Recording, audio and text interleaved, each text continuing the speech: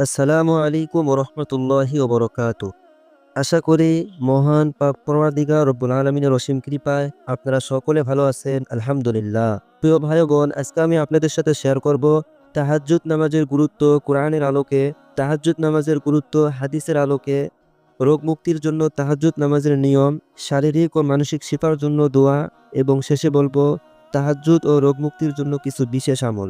প্রিয় ভাই ও বোন, আপনারা আমাদের ভিডিওগুলো মনোযোগ দিয়ে না দেখা এবং লাইক কমেন্ট না করার কারণে ইউটিউব মনে করে এই ভিডিওগুলো ফালতু ভিডিও। এই কারণে ইউটিউব এই ভিডিওগুলো মানুষের কাছে ছড়ায় না, যার কারণে আমাদের পরিশ্রম বৃথায় চলে যায়। প্রিয় ভাই ও বোন, হাদিসে এসেছে বাল্লিগু আন্নি ওয়ালাউ আয়া, অর্থাৎ আল্লাহর রাসূল সাল্লাল্লাহু আলাইহি ওয়াসাল্লাম বলেছেন, আমার পক্ষ হইতে একটি বাণী হলেও পৌঁছাইয়া দাও। তাই ইসলামিক ভিডিও দেখার সাথে সাথে লাইক করবেন, কমেন্টে আল্লাহর প্রশংসা জাহাপান লিখবেন ইনশাআল্লাহ, এবং চ্যানেল সাবস্ক্রাইব করে পাশে থাকা নোটিফিকেশন অন করুন, যাতে করে আমি ভিডিও ছাড়ার সাথে সাথে সবার আগে আপনি পেয়ে যান ইনশাআল্লাহ। তাহাজ্জুদ নামাজ হলো রাতের সবচেয়ে বরকতময় ইবাদত। এটি শুধু আত্মার প্রশান্তির জন্য নয়, বরং শারীরিক ও মানসিক রোগ মুক্তির জন্য অত্যন্ত কার্যকর। কোরআন ও হাদিসে তাহাজ্জুদের গুরুত্ব এবং রোগ থেকে মুক্তির জন্য দোয়ার বিশেষ ফজিলতের কথা বলা হয়েছে। আজ আমরা জানবো কিভাবে তাহাজ্জুদ নামাজ ও দোয়ার মাধ্যমে শিফা লাভ করা যায়। প্রিয় ভাই বোন, তাহাজ্জুদ নামাজের গুরুত্ব কোরআনের আলোকে। তুমি রাতের কিছু অংশে তাহাজ্জুদ পড়ো, এটি তোমার জন্য নফল ইবাদত। হয়তো তোমার প্রতিপালক তোমাকে প্রশংসিত অবস্থানে উন্নতি করবেন। সূরা আল ইসরা আয়াত নং ৭৯। তারা রাতে সামান্যই ঘুমায় এবং শেষ রাতে আল্লাহর কাছে ক্ষমা প্রার্থনা করে। সূরা আজ-জারিয়া আয়াত নং ১৭-১৮। প্রিয় ভাই বোন, এই আয়াতগুলো থেকে বোঝা যায় যারা তাহাজ্জুদ পড়ে তারা আল্লাহর কাছ থেকে বিশেষ রহমত ও কল্যাণ লাভ করে, যা রোগ মুক্তির কারণ হতে পারে। প্রিয় ভাই বোন, তাহাজ্জুদ নামাজের গুরুত্ব হাদিসের আলোকে। রাসূলুল্লাহ সাল্লাল্লাহু আলাইহি ওয়াসাল্লাম বলেছেন, তোমরা রাতে কিয়াম তাহাজ্জুদ আদায় করো, কেননা এটি তোমাদের পূর্ববর্তী নেককারদের অভ্যাস। এটি আল্লাহর নৈকট্য লাভের মাধ্যম, পাপ মোচনকারী এবং দেহ থেকে রোগ ব্যাধি দূরকারী।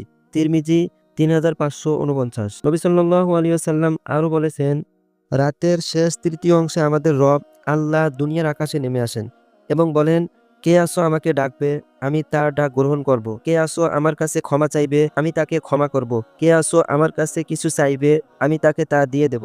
বুখারী ১১৪৫, মুসলিম ৭৫৮। তাহাজ্জুদ নামাজের সময় আল্লাহ আমাদের দোয়া কবুল করেন এবং এটি শারীরিক ও মানসিক রোগ মুক্তির জন্য অন্যতম শক্তিশালী মাধ্যম। রোগ মুক্তির জন্য তাহাজ্জুদ নামাজের নিয়ম। প্রিয় ভাই বোন, রাতের শেষ ভাগে ঘুম থেকে উঠে উজু করে ২, ৪, ৬ বা ৮ রাকাত নামাজ পড়তে হবে। নামাজের পর শুদ্ধ হৃদয়ে আল্লাহর কাছে শেফার জন্য দোয়া করতে হবে।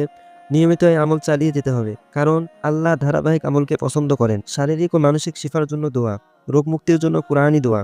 ওয়াইদা মারিতু ফাহুয়া ইয়াশফিন, অর্থাৎ যখন আমি অসুস্থ হই তিনি আমাকে সুস্থ করেন। সূরা আশ-শুআরা আয়াত নং ৮০। প্রিয় ভাই বোন, তাহাজ্জুদের সিজদায় এই দোয়াটি বারবার পড়া খুব উপকারী।